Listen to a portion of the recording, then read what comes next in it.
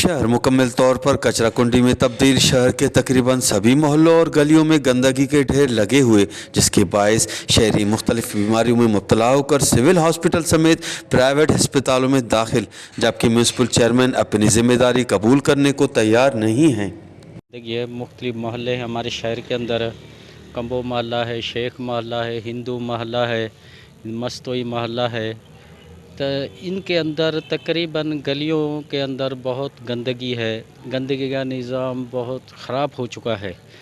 ये लोग जो म्यूनसिपल के हैं, ज़िम्मेवार लोग हैं, ये ज़ाहिरी नहीं है हमारे चेयरमैन साहब जैसे हैं या और दूसरे इस गंदगी को उठाने वाले हैं जिनके ऊपर ये ड्यूटी मुकर्रर की हैं, वो नज़र ही नहीं आते रोड रास्तों के ऊपर। तो सुबह को जब बच्चियां या बच्चे स्कूल जाते हैं, कभी कभी उनके ये नाली के पानी की वजह से कपड़े भी ख़राब हो जाते हैं। कि वो रास्ते से गुज़रते हैं, कोई भी मोटरसाइकिल वाला या सवारी वाला कोई गुज़रता है तो उनके छींटे उनके कपड़ों पे पड़ जाते हैं, तो उनके यूनिफॉर्म भी हर रोज़ धोने पड़ते हैं इसी वजह से।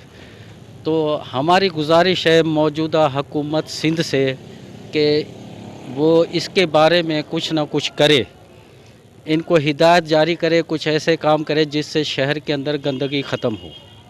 दूसरी जानिब शहर में मौजूद गंदगी के ढेर के बायस शहरियों बिलखसूस बच्चे और बच्चियों को स्कूल आने जाने में कई मुश्किलात का सामना करना पड़ रहा है। कैमरा टीम के साथ गुलाम अली ब्रावई, वश टीवी, शदात कोट।